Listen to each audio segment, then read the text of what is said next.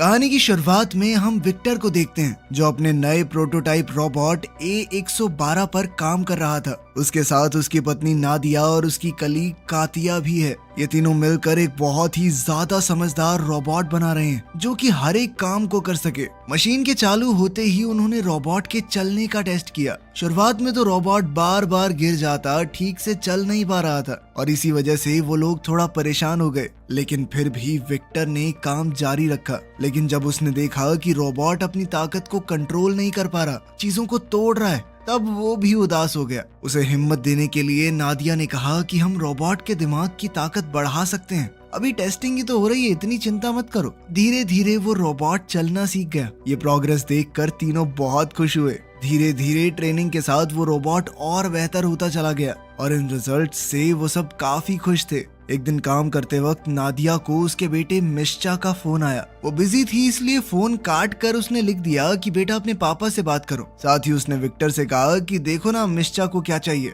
जब विक्टर ने अपने बेटे को फोन किया तो वो कहने लगा कि पापा मुझे स्कूल से ले जाओ, मेरा मन नहीं लगता यहाँ पे, और ये मैथ्स वैथ्स तो छोड़ ही रहा हूँ मैं। विक्टर ने उसे डांटते हुए कहा कि बहाने बनाना बंद कर और पढ़ाई पे ध्यान दे, समझा? 2 रैप्टों में सीधा कर दूंगा तुझे। ये सुनकर मिश्चा नाराज हो गया और फोन काट दिया। अभी कुछ शैतान बच्चे वहाँ पर आए और उसका मजाक उड़ाने लगे। गुस्से में मिश्चा क्लास में गया और अपनी टीचर से पूछा, मैं आर्टिस्ट बनना चाहता हूँ, उसके लिए मैथ की जरूरत है? इस पर टीचर ने कहा कि हाँ जरूरत है। साथ ही उसने एग्जाम्पल दिया कि लियोनार्डो डिविंची को देख लो, उसने पेंटिंग बनाने से पहले इंजीनियरिंग की थी, बहुत से प्रोटोटाइप मॉडल्स बनाए थे उसने। ये सुनकर मिश्चा और चिढ़ गया। कुछ घंटे बाद टीचर ने सबका होमवर्क इकट्ठा किया। मिश्चा ने किसी भी सवाल का जवाब नहीं लिखा था, सिर्फ पूरे पेज पर ड्राइंग्स बनाई हुई थी। टीचर ने उसकी ड्राइंग की तारीफ की लेकिन कहा कि ये मैथ्स की क्लास है और उसे इस टेस्ट में फेल कर दिया।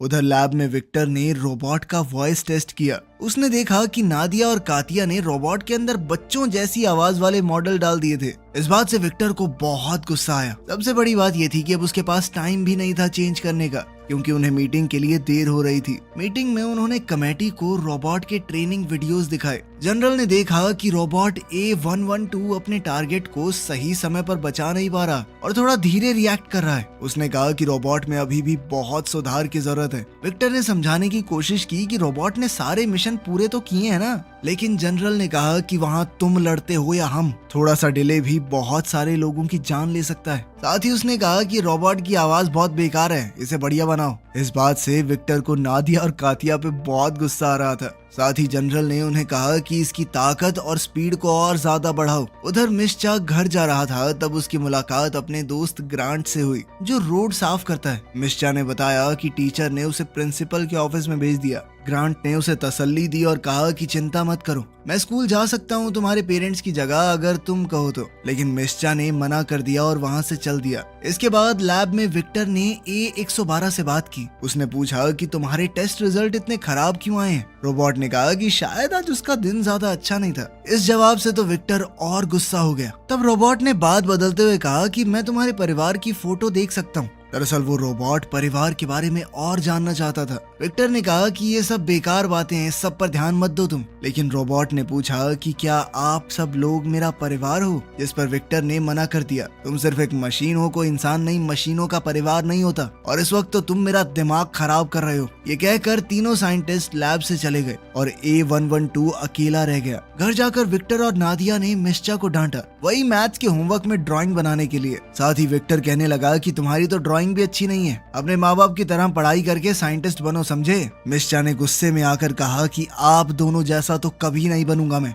उसके बेटे ने जिस तरह से ये बात कही थी, ये सुनकर विक्टर बहुत उदास हो गया। उधर लैब में A112 अकेला था। उसने डिक्शनरी के अंदर फैमिली वर्ड देखा लेकिन कुछ भी समझ नहीं पाया। फिर उसने सोचा कि ये सब समझने के लिए मुझे एक असली फैमिली ढूंढनी चाहिए। उसने अपने हथियारों का इस्तेमाल करके दरवाजा उड़ा दिया और फिर चुपचाप लैब से निकल गया। वो शहर में छुपते छुपाते घूम रहा था। एक बार को तो वो सड़क पर चलने वाली इन छोटी ट्रेन से टकराने ही वाला था। थोड़ी देर बाद उसने कुछ लोग लोग देखे जो कि दीवार पर कुछ पेंटिंग बना रहे थे। जब उन्होंने रोबोट की आवाज सुनी तो एक लड़का नीचे गिर पड़ा। रोबोट ने तुरंत उसकी मदद की और उसे बचाया। रोबोट ने बच्चे को बचाया ही था, लेकिन फिर भी वो लड़का डर कर भाग गया वहाँ से। ये देखकर A112 बहुत उदास हो गया। कुछ मिनटों बाद रोबोट एक कंस्ट्रक्शन साइट पर गया और वर्कर्स से कहा कि आप लोग अपना काम जल्दी जल्दी कर लें, क्योंकि उनके शोर से एरिया में परेशानी हो रही है। ये सुनकर वो लोग घबरा गए और भागने लगे। रोबोट ने लैब से ली गई फोटो देखी और सोच में पड़ गया कि उसका परिवार कहाँ है।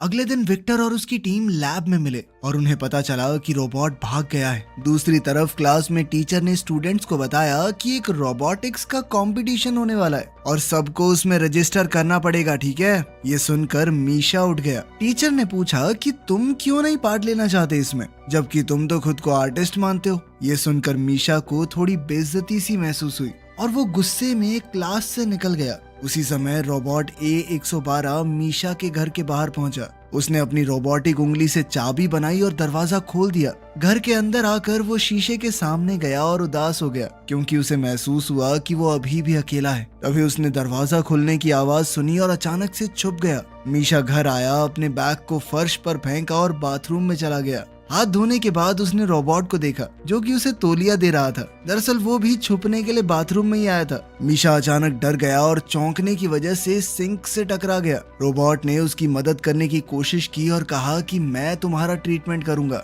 मीशा भागते हुए अपने कमरे में गया और बेड पे चढ़ गया। रोबोट ने कहा कि मैं तुम्हें चोट नहीं पहुंचाऊंगा, मैं तो बस मदद करने आया हूँ। जब उसने देखा कि लड़का ठीक है तो वो शांत हो गया और उसने कहा कि मेरा नाम है A112, एक मल्टी फंक्शनल रेस्क्यू रोबोट। उसने मीशा को सब कुछ बताया कि कैसे वो घर के अंदर घुसा, अपनी उंगली से चाबी बना के, फिर अपने अलग अलग वॉइस मॉडल दिखाए। उसकी अलग अलग आवाजें सुनकर मीशा थोड़ा हंस पड़ा। थोड़ी देर बाद रोबोट कहने लगा कि मैं एक परिवार ढूंढ रहा हूँ, मैं समझना चाहता हूँ कि एक फैमिली क्या होती है। उसने लैब से ली हुई वो फोटो भी दिखाई। मीशा उदास हो गया और कहने लगा कि ये कोई असली परिवार नहीं है। मेरे माँ बाप विक्टर और कातिया सिर्फ अपने बारे में सोचते हैं। रोबोट ने कहा कि मुझे भी आजकल वैसा ही लग रहा है, क्योंकि मैं इतना नाकारा हूँ, अपने बनाने वाले को भी खुश नहीं कर पा रहा। ये सुनकर मीशा ने रोबोट को हौसला दिया कि ऐसा कुछ नहीं है, मुझे तो खुश कर दिया ना तुमने। चलो आज से हम दोस्त हैं और तुम्हें मैं रॉबी कहकर बुलाऊंगा। अपना अलग सा नाम सुनकर रोबोट बहुत खुश हो गया। उधर लैब में जनरल ओलेग ने साइंटिस्टों से मीटिंग की और गुस्सा होकर कहा कि A112 भाग गया है, वो जल्द ही सबके लिए खतरा बन सकता है, उसके अंदर बहुत खतरनाक हथियार हैं। जब विक्टर ने देखा कि उसके परिवार की फोटो गायब है तो उसने सोचा कि घर जाके चेक करूंगा एक बार। इस वक्त घर में मीशा और रॉबी टीवी देख रहे थे। जैसे ही विक्टर आया रोबोट छुप गया। विक्टर ने पूरा घर चेक किया लेकिन उसे कुछ नहीं मिला। जैसे ही वो गया मीशा ने रॉबी को अपना कंप्यूटर दिया ताकि वो और चीजें सीख सके। रॉबी ने मिनटों में बहुत सारी चीजें पढ़ डाली। फिर मीशा उसे अपने दोस्त ग्रैंट के काम करने की जगह पर ले गया जहाँ पर वो अपनी आर्ट बनाता था। रॉबी ने ड्राइंग्स देखे और पूछा कि ये बिल्कुल सिमेट्रिकल क्यों नहीं है, लेकिन मीशा ने कहा कि आर्ट को किसी सिमेट्री की जरूरत नहीं होती, बस उसमें खूबसूरती होनी चाहिए। फिर वो रॉबी को खिड़की के पास ले गया और दोनों ने सनसेट देखा। इस नजारे को देखकर रॉबी बहुत खुश हुआ। उसने कहा कि देखो कल तुम्हें छुपकर रहना पड़ेगा, मुझे कल स्कूल जाना है। अब रॉबी वर्कशॉप में अकेला रह गया और मीशा ने उसे एक पेन दे दिया ताकि वो ड्राइंग कर सके। दूसरी तरफ जनरल ओलेग के लोग उसे बता रहे थे कि हम एक बहुत बड़े हिस्से में ढूंढ चुके हैं शहर के, हमें वो रोबोट कहीं नहीं मिला। उसने अपने फौजियों को ऑर्डर दिया कि लैब के आसपास सिक्योरिटी बढ़ा दो और शहर के लोगों को जल्द से जल्द अलर्ट भेजा जाए कि अगर कोई रोबोट दिखे तो रिपोर्ट करना। कुछ घंटे बाद अपने घर पर विक्टर, नादिया और मीशा डिनर कर रहे थे। नादिया ने देखा कि विक्टर काफी उदास है और पूछा कि क्या हुआ। विक्टर ने जवाब दिया कि आज बॉस ने बोला कि लैब शायद बंद होने वाली है, जिस पर मीशा ने पूछा क्यों। तो विक्टर ने बताया कि हमारा एक रोबोट है A112, वो गायब हो गया है। अगर जल्द से जल्द उसे पकड़कर खत्म नहीं किया गया तो सबकी नौकरी चली जाएगी। ये सुनकर मीशा एकदम चुप हो गया। अगले दिन स्कूल में क्लास का एक लड़का एंटोन अपने रिमोट कंट्रोल रोबोट को चलाकर टीचर को परेशान कर रहा था। जब टीचर गुस्सा हुई तो उसने रिमोट मीशा की तरफ फेंक दिया और अब टीचर को लग रहा था कि मीशा ने ऐसा किया है, जिसके बाद उसे बिना किसी सवाल जवाब के क्लास से बाहर निकाल दिया गया। थोड़ी देर बाद स्पोर्ट्स क्लास में मीशा एंटोन के पास गया। एंटोन फिर से उसकी बेइज्जती करने लगा, लेकिन अब मीशा की बस हो चुकी थी। उसने एंटोन को पकड़कर नीचे गिरा लिया। मेरा नाम क्यों लगाया बे तूने, हाँ बता। तभी जिम टीचर दौड़ कर आया और दोनों को अलग किया। मीशा गुस्से में क्लास से निकल गया और सीधा वर्कशॉप पहुंचा। वहाँ उसने देखा कि रॉबी और ग्रांट तो पत्ते खेल रहे हैं और दोनों अब अच्छे दोस्त बन चुके थे। मीशा के चेहरे पर परेशानी देखकर रोबोट ने पूछा, क्या हुआ? मीशा ने बताया कि तुम्हारे पीछे बहुत ज्यादा फौज पड़ी है। ऑर्डर ये है कि तुम्हें ढूंढकर किसी भी तरह से खत्म कर दिया जाए। इसी बात का हिसाब लगाकर मीशा ने कहा कि रॉबी तुम्हें शहर से दूर चले जाओ। तब ग्रांट ने बताया कि जंगल का एक हिस्सा है, वहाँ कोई नहीं जाता क्योंकि कुछ वक्त पहले वहाँ बहुत भयानक आग लगी थी। ये सुनकर मीशा ने रॉबी से कहा कि तुम्हें वहाँ जाकर आग बुझाने की कोशिश करनी चाहिए। इससे सबको ऐसा लगेगा कि तुम अच्छे हो, इंसानों की मदद करना चाहते हो। ये आइडिया सुनकर तीनों खुश हो गए। तभी कुछ पुलिस वालों ने वर्कशॉप का दरवाजा खटखटाया और कहा कि तुरंत दरवाजा खोलो। ग्रांट ने जानबूझकर थोड़ा समय निकालने के लिए कहा कि मैं अभी थोड़ा बिजी हूँ। जल्दी ही मीशा और रॉबी टेरेस पर भाग गए। बचने के लिए रॉबी ने मीशा को अपनी पीठ पर बैठाया और अपने जेट की मदद से दोनों बिल्डिंग्स के ऊपर से उड़ गया। पुलिस ने हेडक्वार्टर्स को एक रिपोर्ट भेजी कि A112 एक इंसान को अगवा करके लेके गया उनकी आंखों के सामने। हम उसका पीछा कर रहे हैं, जल्द ही सटीक लोकेशन का पता भी लगा लेंगे। इस सब के दौरान मीशा का फोन नीचे गिर गया। जब उन्होंने देखा कि पुलिस उन्हें घेरने वाली है तो रॉबी ने एक बड़ी जंप लगाई और वो दोनों पुलिस से बचकर निकल गए। न्यूज में A112 के भागने की खबर आ गई। ग्रांट का इंटरव्यू लिया गया और जर्नलिस्ट को ऐसा लग रहा था कि वो रोबोट का एक कैदी था, जैसे पुलिस ने उस रोबोट के चंगुल से छुड़ाया है, इसीलिए पुलिस वालों ने भी उसे गिरफ्तार नहीं किया। दूसरी ओर रॉबी और मीशा एक कंस्ट्रक्शन बिल्डिंग के बीच में बातचीत कर रहे हैं। मीशा ने कहा कि मुझे बहुत गुस्सा आ रहा है,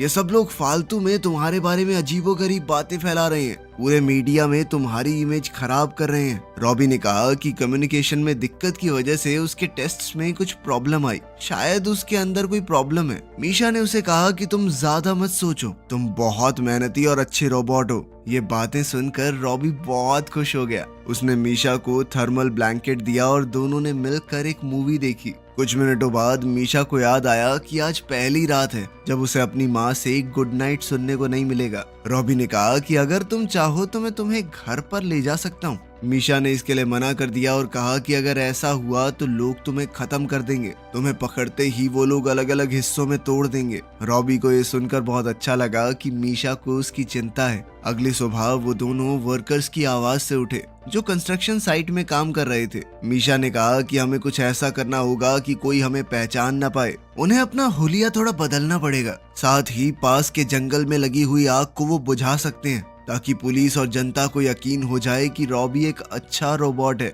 इस तरह से उसकी इमेज थोड़ी बदल जाएगी, फिर शायद उसे मारा न जाए। उधर घर पर विक्टर और नादिया के पास कातिया आई और बताया कि लैब बंद हो गई है, जिसके बाद विक्टर पुलिस से पूछने चला गया कि रोबोट और उसके बेटे का कुछ पता चला। उधर रॉबी और मीशा सिटी सर्कस पहुंच गए थे। वहां काम करने वाले लोगों से बात करके उन्होंने जोकर के कपड़े पहने ताकि रॉबी को एकदम से देखकर कोई पहचान ना पाए। कुछ मिनटों बाद मीशा ने रॉबी से कहा कि तुम अपना भेस बदल के रखना, ठीक है? मैं बस जल्दी से टिकट लेके आता हूँ। तभी एंटोन और ओलिया जो कि मीशा की क्लास में पढ़ते थे वहाँ आ गए। वो दोनों मीशा को देखकर हैरान रह गए और पूछा कि तुम्हारे तो गायब होने की खबर चल रही थी। जिसके बाद मीशा ने रॉबी को बुलाया, साथ ही उसने उन्हें बताया कि रॉबी कोई बुरा रोबोट नहीं है, बहुत अच्छा है। वो बिना बात उसके बारे में बुरी बातें फैलाई जा रही हैं। जोकर की कॉस्ट्यूम में रॉबी को देखकर बच्चे थोड़ा डर गए, लेकिन मीशा ने समझाया कि रॉबी उसका दोस्त है, वो यहाँ से भाग रहे हैं ताकि वो रॉबी को एक सुरक्षित जगह पर पहुंचा सके। उधर विक्टर ने जनरल से बातचीत करने की कोशिश की कि सर आप मेरी लैब को बंद मत कीजिए, लेकिन जनरल ने कहा कि मैं फैसला कर चुका हूँ और वो रोबोट भी जहां मुझे मिलेगा उसे वहीं खत्म कर दूंगा मैं। निराश होकर विक्टर वहां से चल दिया। वो समझ गया था कि इस आदमी के साथ बातचीत करके कोई फायदा नहीं होगा, लेकिन अपने सबसे बड़े प्रोजेक्ट को फेल होता देखकर उसे बहुत बुरा महसूस हो रहा था। तब मीशा ने अपने साथियों से कहा कि तुम लोग रॉबी के साथ रहना, तब तक मैं बस की टिकट खरीद के आता हूँ। हमें पास वाले जंगल में जाकर आग बुझानी है ताकि रॉबी का नाम साफ हो सके। साथ ही उसने उन दोनों से ये भी वादा लिया कि वो किसी को नहीं बताएंगे। उन दोनों ने मीशा से वादा किया, लेकिन जैसे ही मीशा वहां से गया, एंटोन ने रॉबी से पूछा कि क्या तुम सच में वो जबरदस्त करतब कर सकते हो या वो सब भी झूठ था न्यूज में। ये सुनकर रॉबी एक्साइटेड हो गया और जोकर की कॉस्ट्यूम उतार कर मीशा के सामने अपने करतब दिखाने लगा। मीशा ने अपना फोन निकाला और रिकॉर्ड करने लगा। ये देखकर ओलिया गुस्सा हो गई। एंटोन ने कहा कि मुझे इस बात से कोई फर्क नहीं पड़ता कि ये रोबोट जिंदा रहे या मरे, मैं इसकी वीडियो इंस्टा पे डालूंगा, बहुत फॉलोअर आएंगे मेरे। उसकी ये धोखाधड़ी देखकर ओलिया को बहुत बुरा लगा। इसके बाद एंटोन वहां से चला गया और रॉबी ओलिया से बातचीत करने लगा। उधर मीशा को 2 गार्ड्स ने पकड़ लिया। उसके हुलिये से उन्होंने हिसाब लगाया था कि ये वही लड़का है जो गायब हुआ था।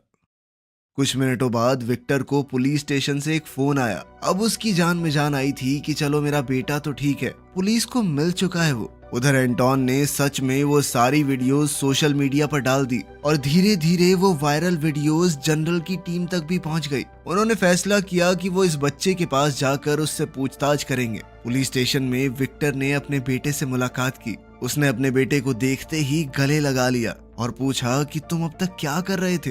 वो रोबोट खतरनाक है, तुमने सुना नहीं? मीशा ने कहा कि रॉबी उसका दोस्त है, वो कोई बुरी मशीन नहीं है जैसा जनरल बोल रहा है सबको, वो एक बहुत ही अच्छा रोबोट है। उसने ये भी बताया कि वो उसे अपने कुछ दोस्तों के पास छोड़कर आया है, साथ ही वो अपने पिता को भरोसा दिलाकर उस जगह पर ले आया, ये वादा लेकर कि वो रोबोट को रिपोर्ट नहीं करेंगे। विक्टर थोड़ा हिचकिचाया लेकिन फिर मान गया और मीशा के साथ चल दिया। वहीं रॉबी को ओलिया ने मेकअप से नया लुक दे दिया था। विक्टर ने देखा कि रॉबी अब काफी बेहतर बातचीत करना सीख गया है और उसके सोचने समझने के तरीके में भी काफी बदलाव आए हैं। लेकिन तभी पुलिस की गाड़ियां वहां आ गई। मीशा समझ गया था कि अब तो बहुत दिक्कत होने वाली है। वो तीनों जल्दी से कार्गो शिप के गोदाम की तरफ भागे, लेकिन सिपाहियों ने उन्हें घेर लिया। ओलेग ने ऑर्डर दिया कि जल्दी से बच्चों को लेकर साइड हो जाओ ताकि हम इस रोबोट के ऊपर अपने इलेक्ट्रोमैग्नेटिक हथियार से हमला कर सकें, जिससे रॉबी खत्म हो जाएगा। जब विक्टर नहीं माना तो ओलेग ने फैसला किया कि अब तो जबरदस्ती करनी होगी। सिपाही धीरे धीरे आगे बढ़ने लगे। तभी क्रेन से एक कंटेनर की तार टूट गई। वो कंटेनर जनरल के बहुत पास गिरने वाला था। जनरल उसे मारना चाहता था, लेकिन फिर भी रॉबी ने बिना सोचे कंटेनर पकड़ लिया ताकि किसी और को चोट ना लगे। कुछ देर बाद कंटेनर के वजन से रॉबी का शरीर टूटना शुरू हो गया। उसका हार्डवेयर इतने वजन को नहीं उठा सकता था। उसने सभी लोगों को वहां से थोड़ा दूर जाने को कहा। मीशा बहुत दुखी होकर अपने दोस्त के लिए चिल्लाया। कुछ देर बाद कंटेनर रॉबी के ऊपर गिर ही गया और वो पूरी तरह से चकनाचूर हो गया। ये सब देखकर ओलेग हैरान रह गया कि मैं इस रोबोट को मारना चाहता था, लेकिन फिर भी इसने मुझे बचाया। थोड़ी देर बाद उस कंटेनर को हटाया गया रॉबी के ऊपर से। मीशा उदास होकर रॉबी को अलविदा कहने लगा। विक्टर ने अपने बेटे को शांत करने की कोशिश की, पर तभी मीशा ने सुना कि रॉबी रीएक्टिवेट हो रहा था। सब खुश हो गए कि रॉबी कुछ हद तक अभी भी ठीक है। उन सब ने रॉबी की मदद की और वहां से चले गए। कुछ वक्त बाद मीशा ने अपने इस एडवेंचर की ड्राइंग्स रॉबी और ओलिया को दिखाई। सबको ही वो बहुत पसंद आई। आखिरकार सब लोग डिनर के लिए इकट्ठा हो गए और रॉबी ने नादिया का फोन मांगा ताकि वो भी अपने इस परिवार के साथ फोटो ले सके। वीडियो पसंद आई तो लाइक कर देना, चैनल को सब्सक्राइब कर लेना। मिलते हैं अगली वीडियो में।